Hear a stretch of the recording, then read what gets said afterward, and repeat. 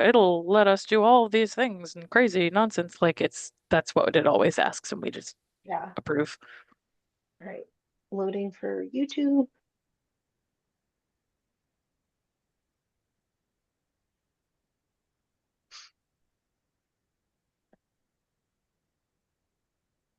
I believe we just started for YouTube. And now, what do we add on Twitch?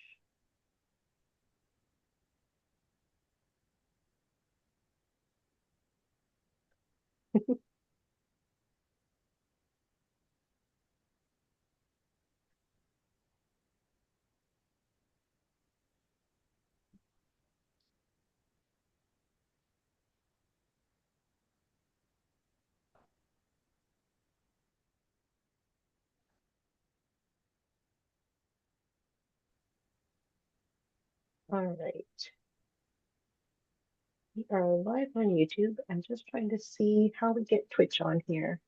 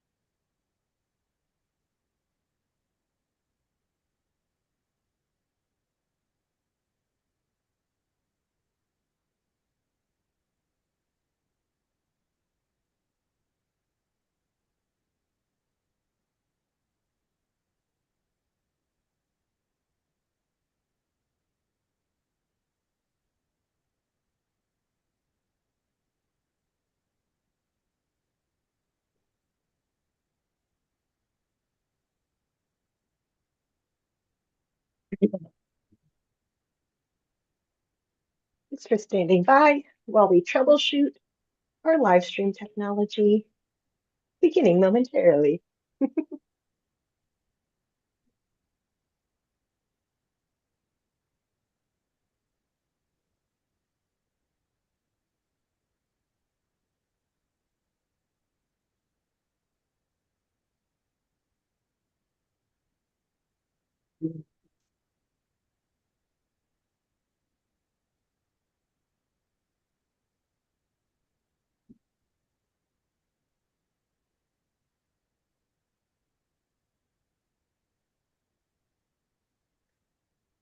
Right, well, while we're trying to troubleshoot, we can start with the softball question. What games is everyone playing lately? Yeah, just last night I just played Arcs for probably Oh, the third or fourth time. So I feel like I'm finally like mastering it. I ended up winning, so that was good. So how about That's you funny guys? because we just played Hi. Oath earlier this week, and I finally actually played it enough times to be like, okay, I kind of get it. Same. Nice. I played Floriferous over the weekend, which is like a supposedly calming walking through a little garden as you pick up different things, but the way my brain works, it became a little strategic, which was good too.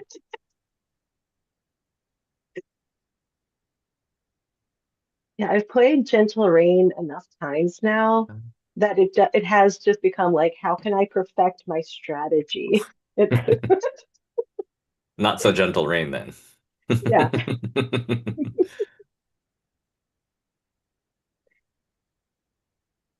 All right. Sorry, Twitch. We're gonna go ahead and get started without you. Maybe we'll be able to upload later.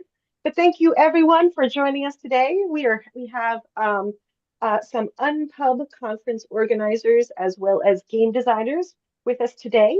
Uh, my name is Liz Brown, and I'll be representing the Games and Gaming Roundtable of the American Library Association. And with me today, I have Heather O'Neill, Hunter Johnson, and Jean Koo. Uh, Anything you guys want to say before we get started? Yeah, I just want to just kind of do a high level. I've been on the board of Unpub for I think 6 years. And Unpub is a nonprofit that just helps designers develop their games more. And also a place for education and that type of thing. And then Hunter and Jean are people I've met through Unpub and have now joined the board and the advisory board and are like making an impact on what we're doing there as well. So Hunter, do you want to go next? Sure. I'm Hunter. I joined the board of directors this year. The first convention I ever went to was Unpub Festival 2024. So I'm a newer face, but I kind of immediately saw how helpful and fun kind of the environment is that it curates. And now I'm here helping run it. And that's an awesome way to keep building the community that Unpub has. And I'm Gene. I'm an advisor with Unpub, and I've been going to Unpub events since Unpub Festival came back after pandemic in 2022, and it's been an incredibly warm, welcoming, inclusive community, and a joy to be part of. And last year, I was able to attend the Unpub Festival in 2025. And that was my first experience with that festival. Could you tell me a little bit like what it is and how it might be different from other gaming conventions people might be used to? Yeah, go ahead. Whoever wants to go in. Sure. Yeah, I want to clarify one thing up front. So Unpub is a nonprofit run, volunteer run organization that, like Heather said, is all around kind of making it easier for people to design and make games. And one of kind of the big pillars that it offers is hosting playtesting spaces where designers kind of en masse can bring their games and have them out for others to play. Sometimes we do that at other conventions like Origins in Columbus or PAX Unplugged in Philadelphia, where we'll have like a room dedicated to that. But Unpub Festival is one specifically that Unpub runs. So for about a day of it, it is a lot of panels and workshops, helping designers kind of learn about resources, meet each other, learn about manufacturing or party games or networking or RPGs and how to design characters. And then kind of for the last 2 days over the weekend, we kind of have this enormous ballroom that is just unpublished games, table after table, that other designers can play, but the public can also come and try out for free. And it's a really awesome environment to just have everyone be able to come, have some of the public, have some designers, and just meet other people, have fun, be helpful, and play tomorrow's games today. Do folks know what playtesting is? Should we explain that a little bit? That would be a great idea. Well, I guess since I opened my mouth. All right. We'll Take it add if away. we feel like something's Yeah. missing. Okay, yeah. So I mean, like every game you've played, hopefully, has been tested over and over and over again by lots and lots of people to make sure that it works, it's fun, it's not broken. And so Unpub is one of many different events that game designers go to put their prototypes on the table and get feedback from people who are playing it, whether they're looking for early stage feedback. Sometimes you'll find people just put um, like pieces of paper that have been scribbled on. And sometimes you'll see fully produced games that are just about ready to go and get published as soon as they get a publisher. So you'll see a whole range of those, but they're looking for, the designers are looking for feedback from people who are going to come and say, hey, here's my feedback and here's how to, we can maybe make the game better for you. Yeah, and like it's a really important thing to have a public space for that because so many designers have their friend group, their family, their Hmm. their local gaming group, and you could play that 100 times with the same people, but they're probably gonna see the same issues or like the same things, and then all of a sudden you bring it to a new group and the different perspective or they're not as close to it, and they immediately pick up something that maybe you've missed for 6 months. So it's hard to find other people to do that. So these events are great places to do that in mass, like very quickly over the course of a weekend. You could get 20 different playtests in, which is awesome. And that's kind of the foundation of where Unpub started. So I mean, I'm sure that's going to be a question here. I think it started in 2011 or 10, and it was because of that. It was because it was hard to find playtesting groups and people to do this. So that is really what the foundation of Unpub is, and then everything else grew out of that.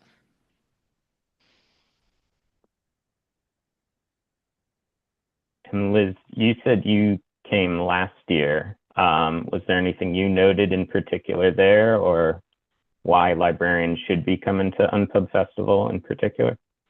Yeah. Being in the gaming sphere, it's kind of been on my radar for a minute. I'm also from Baltimore, so like it's been like it was great to have an excuse to come home and play games. Um, but I also just even if you don't consider yourself a gamer, or maybe you're coming to GameRT because this is a new area for you, I think there's an inherent connection with librarians and game design. Even if librarians don't consider themselves gamers, we are doing game design all the time, whether it's designing the summer reading challenges for your public library, coming up with a minute to win it for the teens that you are coaching or you have after school, whether you're trying to prevent your senior gaming club from trying to solve mysteries and kill each other at mahjong. We're always trying to come up with different games and sort of inserting gamification in various levels in the programming that we're doing. So that was super exciting just to see a little bit overwhelmingly the wide array that was kind of on offer at Unpub. But I also very much appreciated not just like the high level, slick, really well developed games that were, as you mentioned, ready to go to publishing. But it was also really gratifying to just see someone putting together a game that they've printed out on their home printer. And like they're just using generic Legos or meeples for their game tokens. And like I really like seeing that kind of iterative cycle of like the way that people kind of start and come back again and again as their ideas are getting refined. It was super helpful because as librarians, in addition to gaming, we're also doing a lot of teaching. And so I think that is very much at the core of what this kind of playtesting is about, because there's definitely an art to teaching people how to play a game. I know it's within the circle, it's kind of a joke that the people who design games are the worst at teaching people how to play the games. So it was funny to see different levels of that on display. Yeah, Do you guys and have anything to good. Yeah, go ahead. I was just gonna say you're making a lot of good points that, we hear this a lot from people who are new to game design, and they're like, oh, I'm not a real game designer yet, or I don't do game design, because they think they have to have a published game on a shelf. And what you described about what a lot of these librarians are doing and teachers is the same thing that we're doing, game design, gamifying something. So I think there is a lot of crossover there, and like probably a lot of the panels in education would apply to them as well. Even if the ultimate goal isn't to get a game on the shelf at Barnes and Noble, it might just be, hey, I want to design a fun program for the summer or for a winter challenge or something like that, right? I remember, like, I don't know about you two, but this is like maybe all three of us. I remember thinking, I'm not a game designer, that's not my thing. But then being like, oh, but we would modify categories and play it our own way.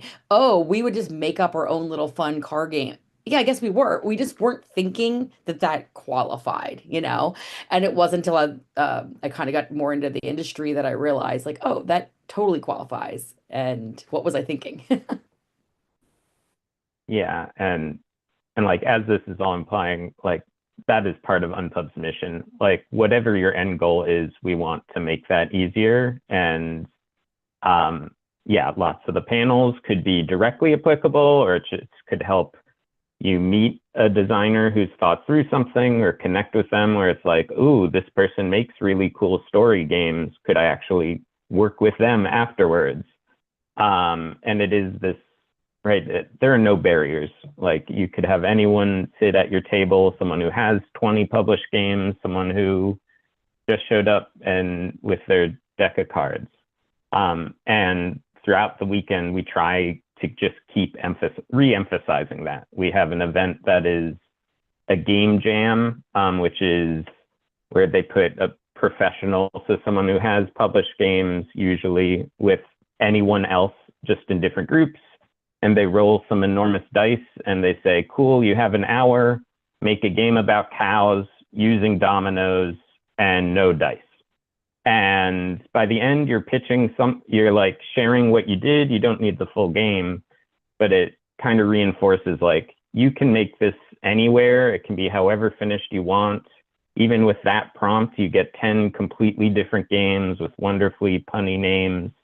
And right, you could take that as inspiration as well as an activity to run outside of this as well, to just inspire people to create.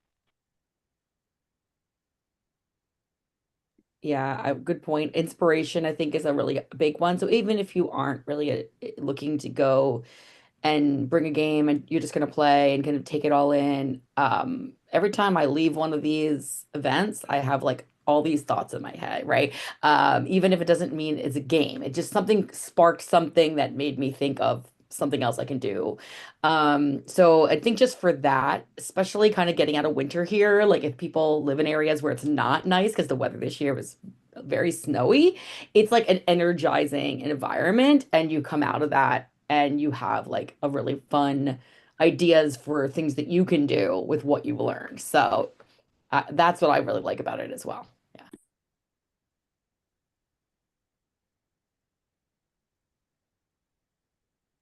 Do you remember, Liz, were there any kind of games that made you think especially afterwards, or that you're still thinking about today, or just different styles or themes? I know the one that I spent the most time playing was a book themed game. It was all about, gathering books and curating your shelf. Stopping at the library was one of the places on the board. So that definitely, immediate tie-in. And it was really funny because, again, kind of getting to this idea that it's about building community. The person that I sat down, so I'm a librarian. I have a humanities and arts background. That's boards and pictures are my wheelhouse. The person I sat down to play it with was a mathematician. So we came at the game from completely opposite perspectives, but it was so interesting to kind of, as we're having a conversation with the designer, kind of talk about the different things, like because we were all kind of attracted to different things that came up in the middle of the gameplay. I was thinking about genre and copyright and representation of different kinds of media, whereas my fellow player was kind of thinking about it from like a statistical standpoint. And it was just an awesome experience to kind of be able to compare these different perspectives all together. Go ahead, Gene. Yeah, no, and Liz, if I can just really underline that, like as a designer, I really love it when a librarian sits down to play because you have a perspective on the general public in terms of like I'm going to say this carefully, but what do normal people want in a game, right? Because we have this whole room full of, and I say this very respectfully and lovingly, we have this whole room full of nerds. I'm one of them, and we're all deep into our hobby, and we're all into like, all these like fancy words for things like what's this? We got this trick taker where it's got to take that mechanic, and I don't know, the underhand loop, the loops or whatever words we're saying, and we're all into that. And to have somebody come along who like sees a large swath of people as your job and be able to sit down and play the game and be able to look at it from that perspective and be able to give feedback and say, you know, here's how, folks might generally look at this game is so valuable to me. So I really appreciate that, if anybody here on the stream is able to come to any of these kinds of events or have even playtesting in your library, it's been incredibly valuable to me personally. It's very Yeah, flattering. and to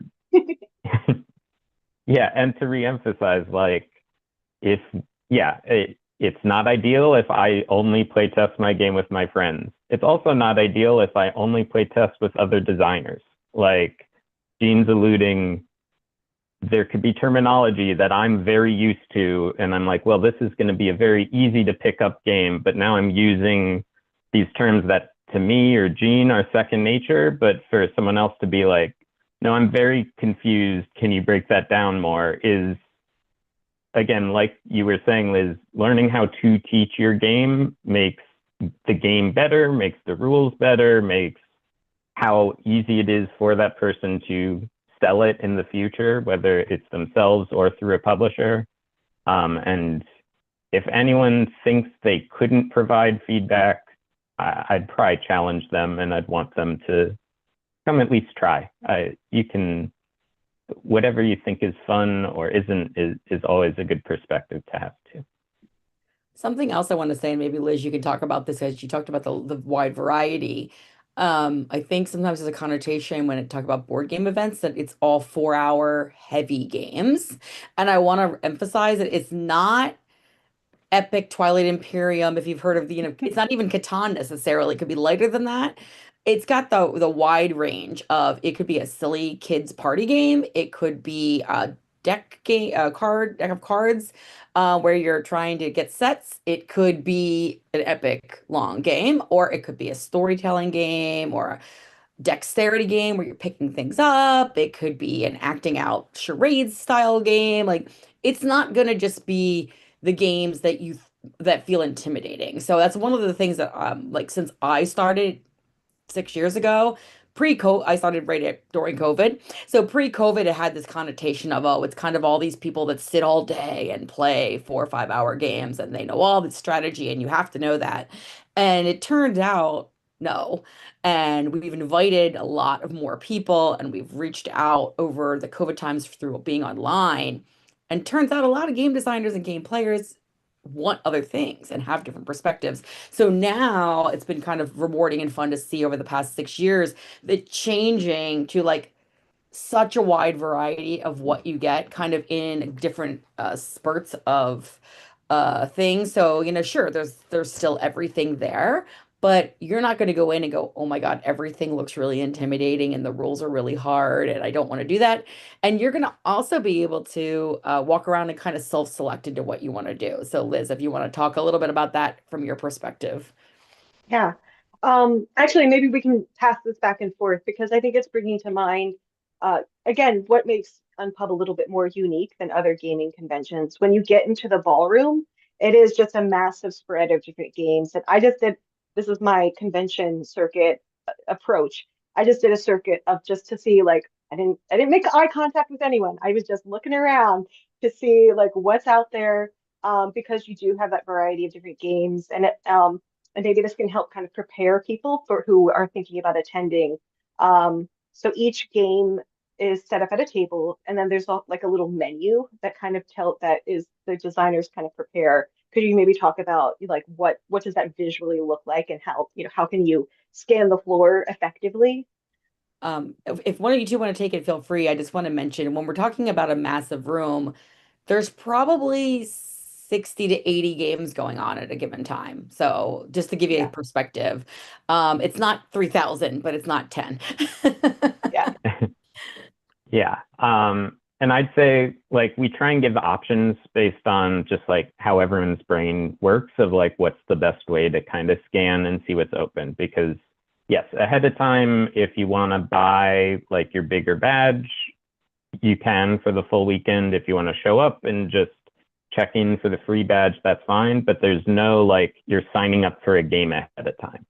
So you have the option of, we do put out like a virtual library that you can search just for party games. And I think the designers are uploading what they think they'll be bringing now. And you could see, okay, there's a party game. These 5 are going from 1 to 5 on Saturday. I'll go look for those tables. You can just wander the halls and kind of see who needs players, what looks interesting to you.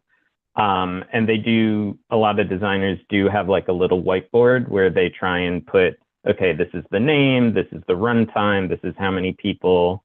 And you can sometimes just like see kind of the vibe of, that's not for me, that's not really a theme I want to play, or that is a theme, but it looks like it'll take an hour and a half, and I'd rather play a game that's only 20 minutes.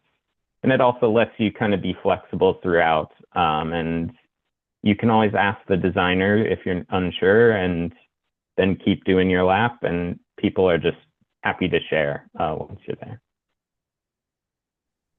I'm just jumping in here because I don't know that we've actually said this yet, but just in case we haven't, I'm going to just put the logistics of this event up here. This is the Unpublished Games Festival that's happening March 13th to 15th at the Baltimore Washington International Airport Marriott. You can get off your plane, walk across the street, and go literally almost, except the street is There's a like a shuttle. it's an eight, There's a yeah, shuttle. exactly. Yes, there's a shuttle. Otherwise, you have to go across an 8-lane highway. But it is literally right there. And as we're trying to really emphasize here, it is free for players. So if you want to show up, just show up. I hope there's some folks who are here who might be local who can come by. But this is happening in mid-March, and specifically March 13th to 15th. That's a Friday through Sunday. And we can talk a little about the other Unpub events that happen all over the country at other times, but this is the one we're talking about right now, I think, Yeah. right? Yes. Yeah. We have Yep. that linked in the Uh, resource document that will be shared out both in the comment section of this YouTube video and in the chat, as well as the games library that you mentioned, Hunter, that is starting to be populated with like what you can expect to attend, the different Yeah. games that are being uploaded there. The schedule is live right now, so you can see the full schedule. And I believe the games, like they're just kind of coming in. So I'm not sure how much is there this exact moment, but probably by Monday there'll be more in there. So that's kind of fun and a new thing we've innovated on in the last couple of years, so that you can browse and you can even browse real time. So you get there and you want to browse that moment, totally fine.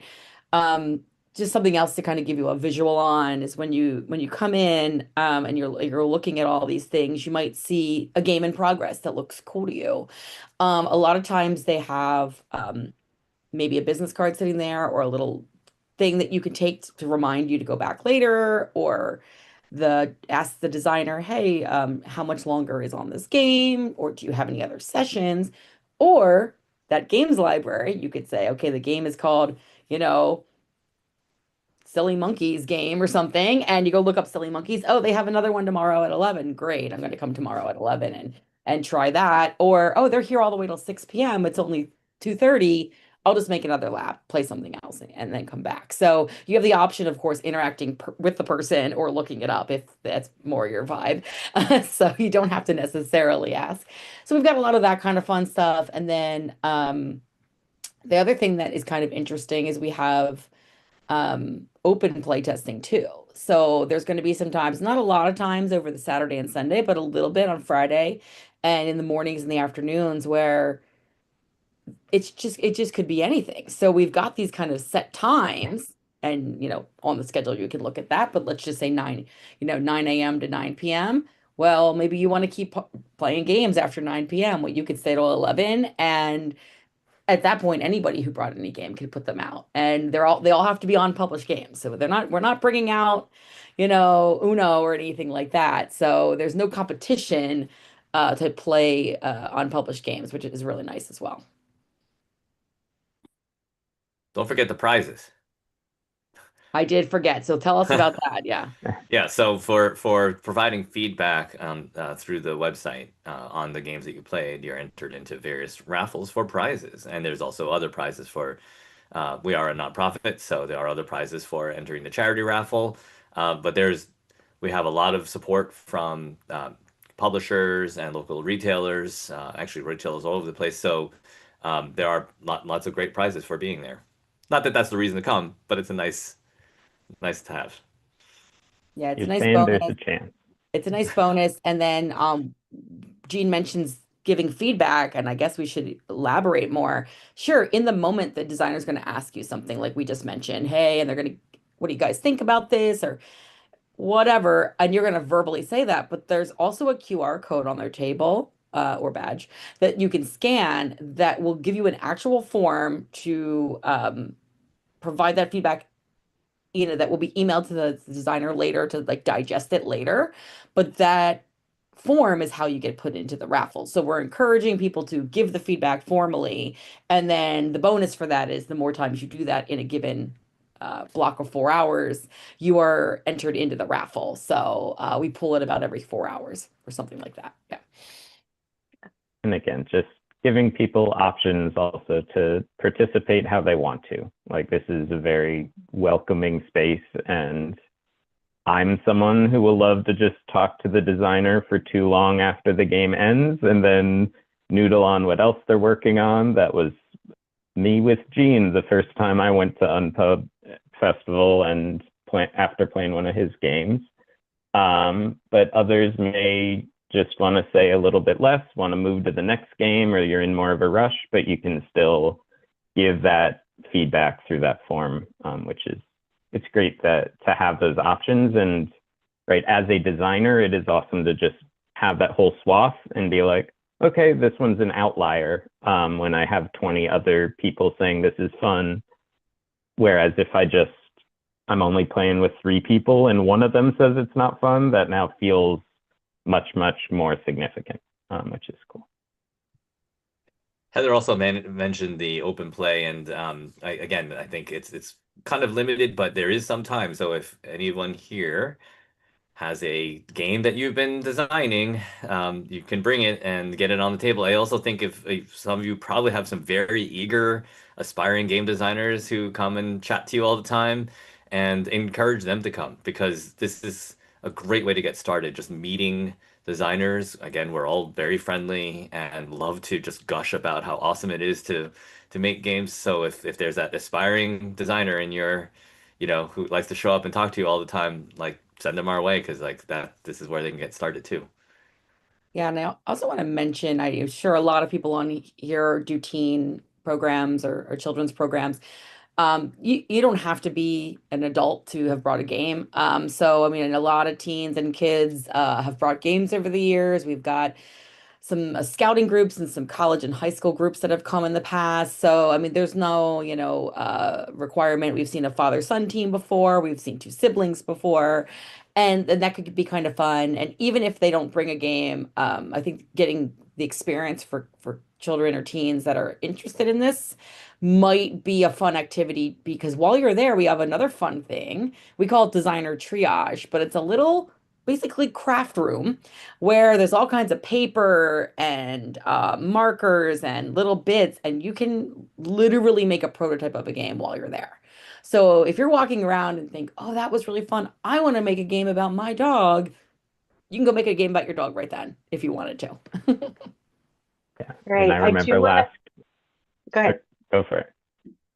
I remember last year, even though I brought a game, after I had one person try it, I was like, I need to fix something right now before our next group tries. And I ran and I got the markers, and I came back and I had a friend help me color the squares in so it would look a little better. And I was like, this will make the next one play a lot easier. So there is a lot of just reacting to what you're playing and what's seeming fun at the moment.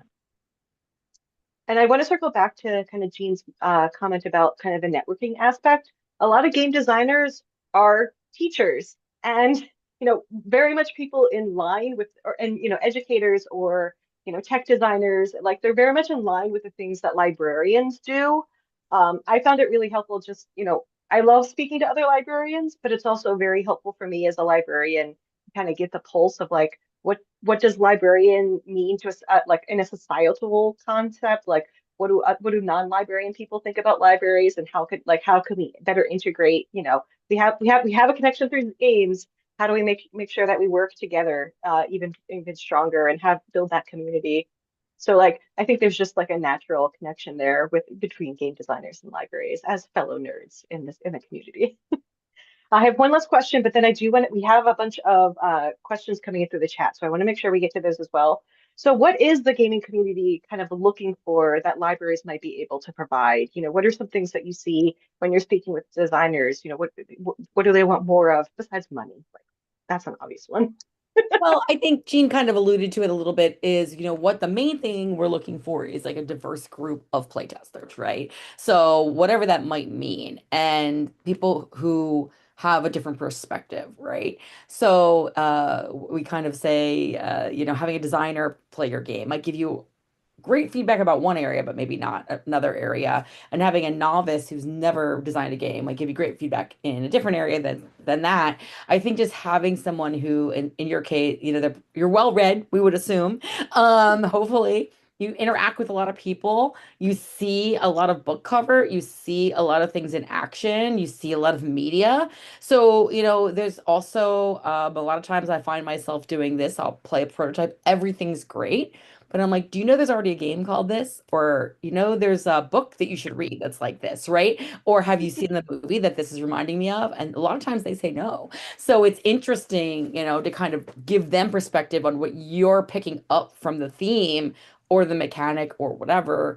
So I think that is very valuable. And to your point, I think a lot of the attendees from our gaming side are aligned in liking the same things. And I know we're here to promote the Unpub festival itself, but just more generally in terms of being part of the game, the tabletop game design world, it's incredibly valuable for libraries to be open to having the games. That's huge. I'm assuming a lot of people here on stream already do that. But also to be open to playtesting at your libraries. Some of the best playtesting venues I've been to here in the Washington, D.C. area have been libraries, where you can get a bigger, again, a more diverse population. So out in Frederick, there's a regular group that meets there every month. Here in my hometown of Tacoma Park, we have a librarian who specializes in games, actually, and hosts a monthly gaming session. And I've worked with the Silver Spring Library on putting on events where we've had panelists of game designers talk about their games and then have the group then play games. And so kind of like raising the literacy of folks around here around how games are also a form of art, like books and other literature. So all these are things that you can do in your community and you'll be surprised, or maybe not, how many game designers there are, right? Because game design is itself becoming a hobby. And so, and I think it fits really well with libraries who are really going into maker spaces and things like that, to have this be one of the things that you can build at the library. So just putting that pitch out there, that even if you can't make it to Unpub in Baltimore in March, that there's something you can do to promote game design and kind of game design thinking in your community. All right, that's a great segue to some of these audience questions. Let's get into them. Okay, this is from George. Hey, George, what is the best approach for a librarian who wants to approach a local designer within their community? How do we find one if there is one in their area? I'll start out that we mentioned the Unpub library. That is, I think you can also filter that by where they're from. Is that accurate? I'm not sure about that. Okay. But what I can suggest is there's a number of game design groups by region, usually on Discord or Facebook. So you could try either of those options. But for example, there's a large group called Game Makers Guild that has a lot of locations across the East Coast, from Boston down to Delaware, Virginia. And then Jean is actually part of the DMV, Delaware, Maryland, Virginia game design group. And I know there's a bunch of in North Carolina and other places that I'm sure are not near where I live. But you can basically search by the region you're in and do game design group, and you'll usually find one if there is an existing one. And I would also think, kind of going back to what Jean said before, like if you're hosting events like this, yeah, I would imagine some of the designers may come out of the woodwork, regardless if they call themselves designers yet. And then once they're there, whether that's just a normal game night, whether you want to host your own game jam or something like that, I imagine there's a way to share resources, and whether that's with Unpub's resources specifically or something, another like nonprofit that we partner with, we're happy to help however that's needed, and you can always reach out with that too. But that could be I'll a just way name drop. to help find Yep, it. sorry. Mhm. I'll just name drop one more group, which is Break My Game, which is one of the groups that also has playtesting all over the country.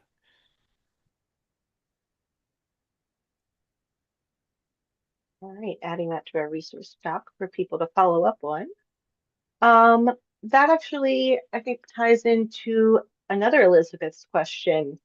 As a librarian in a university, how do we convince game design majors that library games are cool and worthwhile. What if we run into the hard sell? I think, right, whenever you are in these kind of wider spaces, you see how diverse everything is.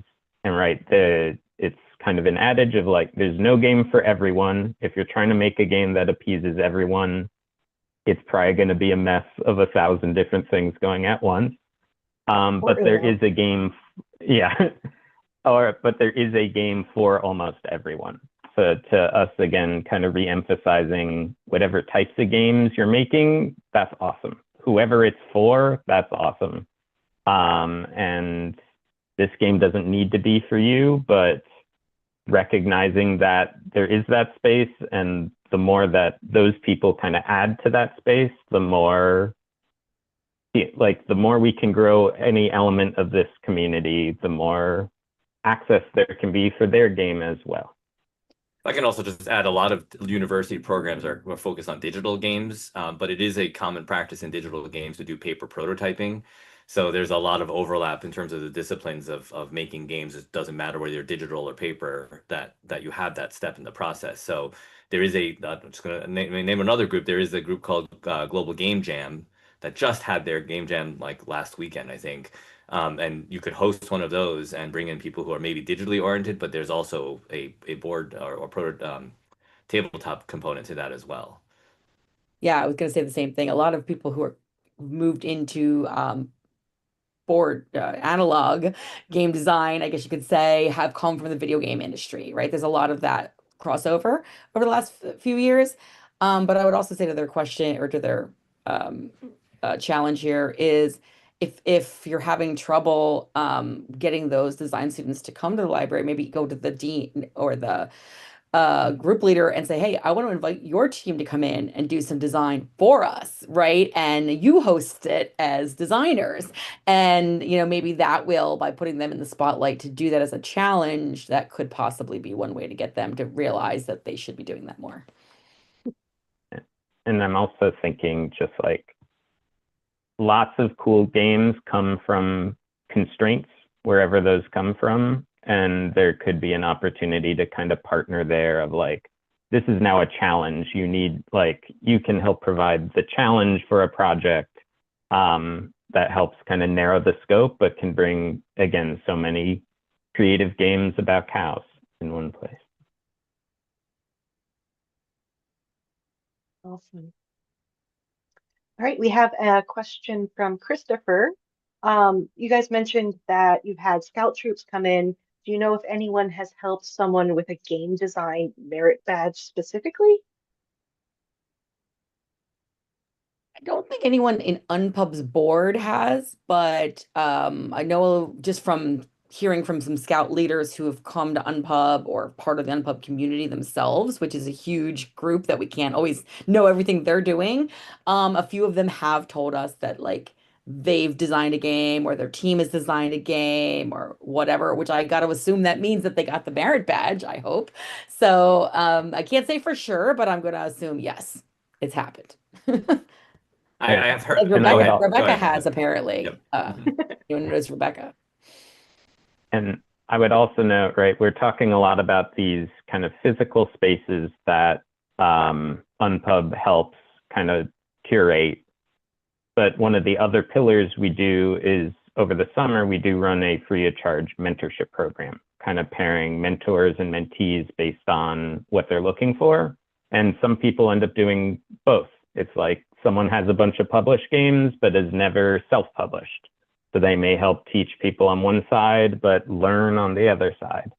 I'm not sure you would need all of that to satisfy the merit badge, or if you'd need something different. But it is another way, again, to help people learn about whatever they want to learn. And we do the best we can to kind of pair folks up with people who can really help them out with what they need.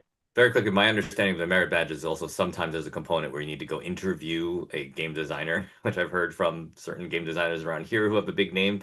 And so, maybe this goes back to the earlier question of how do you bring game designers in, but I'll just double underline how important libraries are as a third space, and that like that's a thing that often designers are looking for. So if you can just offer a space and kind of create that community, then you can, get to know who those designers are and be able to make those referrals. Because I do think that that interview is part of the thing in the merit badge. Good to know. This actually kind of leads into another question we have about so if traveling to Maryland is not on anyone's radar, what else can people do to kind of get more involved about these kinds of events or kind of the unpublishing the game designing aspects? We started listing some of like the local game breaking game design organizations, but what else can people do further afield? So just with Unpub, again, it'll be in the resource doc. We send out a monthly newsletter, which kind of updates about other conventions throughout the year that we may be at, or about that mentorship program or other resources that we offer. I think, yes, looking at some of those other organizations that we've mentioned could also see if there's something more local that isn't Unpub specifically, but offers a similar benefit to aspiring designers. Yeah, I would also say, since we're talking to people who are part of the Library Association, at American Library Association last year and maybe possibly the year before, we've been part of ALA Play, where Unpub has brought tables in where you actually get to experience a mini version of what we just talked about. So this year it's in Chicago. We will be there. We will have that. So if you're attending the annual conference, we will have a table there. So that's definitely one way you can do it. And then we're at a lot of these conventions, like Hunter said as well. And we also have a pretty active Discord, which I would say we could give you that link in the resource doc, Liz, that people could go ahead and start joining that now and just asking questions and learning more as well. Yeah. And even if you can't attend the conference, the Discord it is most active now leading up to the conference. So it's a great time to find your people. Go ahead, Gene. Yeah, and I think I'm preaching to the choir here, but it's obviously offering games as part of the experience at your library already signals to the public, hey, this is something that's both fun, but also we take seriously. So whether you can offer games like on loan or simply in this facility, and if you want to start pushing into game design, then kind of having that more in your, again, I mentioned this before, but more closely aligned to your maker space, right? So perhaps there's the official games that are in your collection, but then there's some games that you're allowed to go cut up and mess around with and change, which is how most people get started with game design, is not just sitting down and coming up with a brand new game, but just taking a game they already know and then just messing with it. So that's kind of a low-key way to get that started, and also putting the books that are about game design like in the maker space instead of in like the reference section. Just some thoughts there. But I think building the community is one of the biggest things. And so just simply showing that you're open to that and then bringing in people who are at the same time could be a big, huge step towards building that kind of game design space in your library. Yeah. This kind of follows up to another question we got about examples of different games that when I was there, I wanted to kind of implement into my programming. Um, it was a little overwhelming to see just the huge variety of different ideas that people have. But I think that was one of the things I really took away was like, just how do you hack a game, kind of quickly turn it into a program. I really like subjective Guess Who. So I think that like doing that kind of just cut and paste style redesigns of things like we are except for Uno, we all kind of know what the rules are, and you don't really have to reteach them. But then how can we like tailor them, lasers and feelings style, to kind of be whatever's what people are interested in the moment. I think that's something I definitely took away from some of what I was seeing from the other designers. I think If there's something really cool about going to Unpub and events like Unpub, it's being able to see the games before they've been kind of all polished up by the publishers. You can really see the spirit that's there from the designers, and also just that, like, as people were talking about before, like the messy prototype, and that doesn't have to be beautiful and perfect, but it's really about that idea. And I think that that kind of lowers the bar for people and makes it less intimidating, the idea of creating a game, instead of it being this like far away thing. It's something like anybody with scissors and some pencils can do. Yeah, and I would just say, just having, done a lot of things in front of kids or in different groups where you kind of go, oh, they're not going to like this, or I'm nervous to put this out on the table. That's the same feeling we get when as a playtester, right? But it's basically you have to get over that hump. And I think it doesn't matter if it's on 5 index cards or it's a beautiful art. If they're engaged and they're having fun, you've done your job there. So, it's like just be confident in what you've done and give it a try. And maybe you go, well, that didn't really work out. And next time you iterate and you try it again. And guess what? That's what we all do. So, then you become a game designer. All right, I think we can squeeze one last question in before we wrap it up. Research librarian asks, um, so the games that are set are at Unpub are not necessarily what is on the shelves of Barnes and Nobles. Could you give some examples of some of the games that are more artistic or more abstract that you've seen come through the tables? Do you mean real world examples or just the types of games? Whatever comes to Both. mind. Okay. Yeah. I mean, I can tell you about the game I'm bringing, which is it's a biography game about my daughter's summer of 2024 when she refused to grow up. So it's a very, very specific like art house game that is an attempt to do a biography but in game form. So if you want to get like as esoteric as possible, that's probably about as far off the deep end as you can go. I remember last year, one of the ones, you may remember this one, Liz, because I feel like the table presence really like caught my eye. It's somebody who's kid come for the first time. They're like either a fashion designer or something, and they just had the whole table was full of scraps of fabric. And Oh, you yes. made like a sweater for your dog was what you were doing by putting together pieces of fabric, and then depending on which fabric types you did, it gave you different points. But I mean, it was so like avant-garde in the way of rules and how it worked and everything, but it was super fun and interesting. And that's one that stood out for me last year as like someone who's not bogged down by like, I read every design rule book and I have to make it look just like the games out there. And that can still be fun and everybody wants to do it. So that was a cool one. Never underestimate the power of a tactile game component. It's killer for getting people in to get started. Anything you want to add, Definitely. Hunter? I'm trying to think. Yes, I would have mentioned jeans. Like, yeah, I think someone last year had like a very light RPG that like was all like you can play it in 20 minutes, and I think he kickstarted it a month or two ago, which is really cool to see how kind of fast you can get that feedback and go from that. Um, I like making games, just kind of thinking, what's a silly thing that I do? Like, are there words I make up? Are there names I give things? Are there opposites I assign to things that aren't really the opposites of it? And it's cool to see that. I did get to meet the person who made that dog sweater game, which is really cool. You see the whole gambit. And that's really awesome.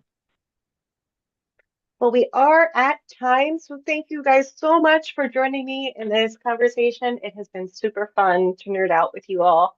Any last remarks? Where can people find you? Anything else you want to promote Yeah, well, Jean besides opened Unpub? up that. So just as a reminder, it's unpub.org. We're going to have the link in there for Baltimore. And it's called the Unpub Festival 2026, if you're searching around. We're going to give you the Discord link as well. And then on Blue Sky, it is just Unpub on Blue Sky as well. So if you want to follow us there, but I encourage subscribing to our newsletter and just hearing about all the fun things that are happening, even if you can't attend any of these events.